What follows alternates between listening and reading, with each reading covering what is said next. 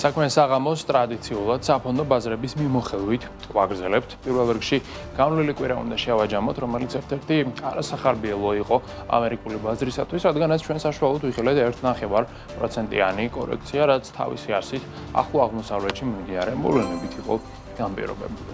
დღევანდელი საბჭოთა სესია საბედნიეროდ საკმაოდ პოზიტიურ ნოტაზე დაიწყო და ყველაფერი ის, რასაც დღეს იხილავთ, არის გარკვეულწილად დაკავშირებული ერთ განცხადებასთან, რომელიც პრეზიდენტმა დონალდ ტრამპმა გაავრცელა. ამერიკის შეერთებული შტატების ლიდერის თქმით, ამერიკასა და ირანს შორის უკვე დაწყებული არის გარკვეულწილად მოლაპარაკების პროცესი, რაც რა თქმა უნდა გულისხმობს პოტენციურ მშვიდობას.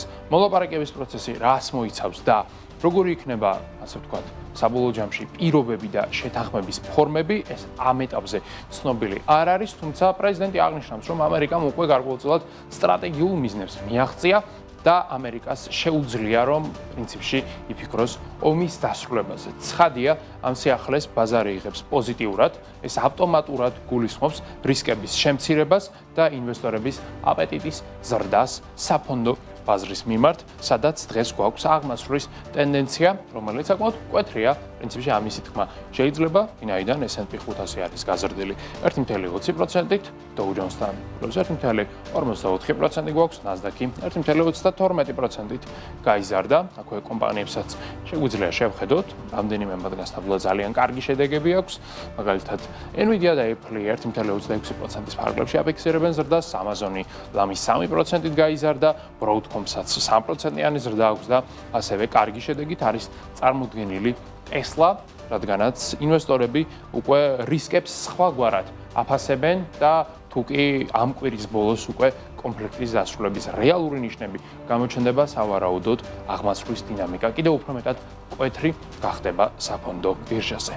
აქვე ამერიკიდან ევროპაში უნდა გადავიდეთ, სადაც რა თქმა უნდა პოზიტიურად მიიღეს ეს სიახლე და 600 უმსხვილესი კომპანიის საერთო კაპიტალიზაცია 0.76%-ით გაიზარდა. აზიის შემთხვევაში რეალურად პარასკევის შედეგებს ხედავთ, ამიტომაც მასზე კონცენტრირებას დიდად აზრი არ აქვს და პარასკევს მოგეხსენებათ შანხაის და ნიკეის საშუალოდ 3.5%-იანი კორექცია ჰქონდა, თუმცა ეს შედეგები უკვე არის ირელევანტური, თუმცა ძალიან რელევანტური და მნიშვნელოვანია ის თუ რა ხდება სანათლო ბირჟაზე, სადაც დღის დასაწყისში მკვეთრი აღმასვლა გქონდა, ნავთობი ძვირდებოდა, თუმცა ტრამპის ამ განცხადების შემდეგ აი ეს ვითარება გვაქვს, დაეცა ბაზარი ლამის 9%-ით, ნავთობი გაიაფდა, როგორც ხედავთ, $100 არის შემცირებული უკვე ბრენტის ფასი, WTI კი $90 ვაჭრება, ასევე შემცირდა ბუნებრივი აერის ფასი 57 ევრომდე მეგავატ-საათზე, თუმცა ამ კლების მიუხედავად მაინც უნდა აღინიშნოს, რომ ერთიან პერიოდში ნავთობი ლამის 50%-ით გაძვირებული,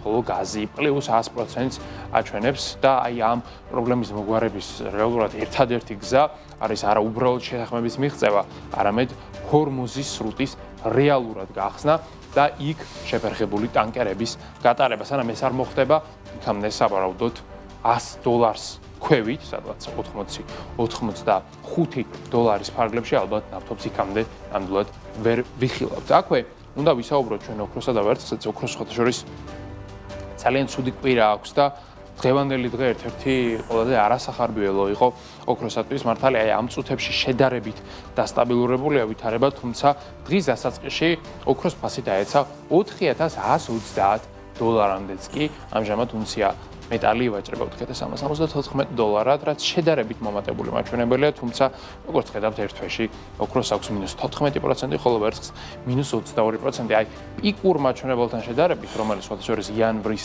მიწურულს დაფიქსირდა, იმასთან შედარებით ოქრო არის გაუფასურებული დაახლოებით 26%-ით, რაც იმას ნიშნავს, რომ ძვირფასი მეტალი ოფიციალურად არის უკვე გადასული დათვის ბაზრის, ასე ვთქვათ, ტენდენციაში, bear market-ში მიმყოფებით, აი ასე მალე და რატომ მოხდა ეს ყველაფერი და რა არის ამის გამაპირობებელი მიზეზი, ამის შესახებ რამდენიმე წუთში მოგიყვებით, მანამდე კი კრიპტო ბაზარს უნდა გადავალოთ თვალი, რომელმაც ბუნებრივია ომის პოტენციური დასრულების სიახლე მიიღო პოზიტიურად და ვიხილეთ 2%-იანი ზრდა, როგორც ხედავთ, ინდუსტრიის კაპიტალიზაცია ამის ფონზე შეადგენს $2.5 ტრილიონ. ბიტკოინის ფასი ამ ეტაპისათვის არის 70300-ის ფარგლებში, ეთერიუმი $2100 ივაჭრება, 2.5%-ია საშუალო ზრდა.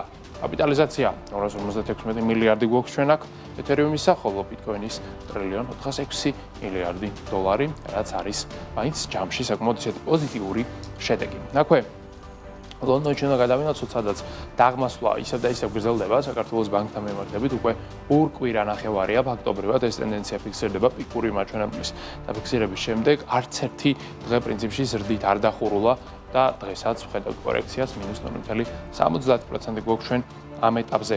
რაც შეეხება TBC-ს, აქ პირიქით ზრდის დინამიკა გვაქვს და მატება არის ამ ეტაპისათვის +2.72%. რაც შეეხება ეროვნულ ვალუტას, ის გამყარებული არის ბოლო პერიოდში და დოლარის კურსი ამ ეტაპზე შეადგენს 2.72-ს, ევროს კურსი გვაქვს 3.12, ხოლო სტერლინგის კურსი არის 3.60.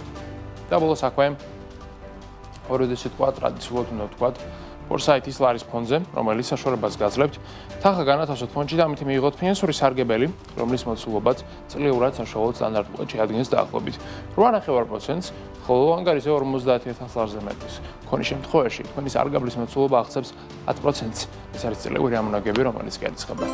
ყოველდღიურად Foresight Investment Group კი არის საქართველოს ეროვნული ბანკის მერეგულირებული და ლიცენზირებული კომპანია.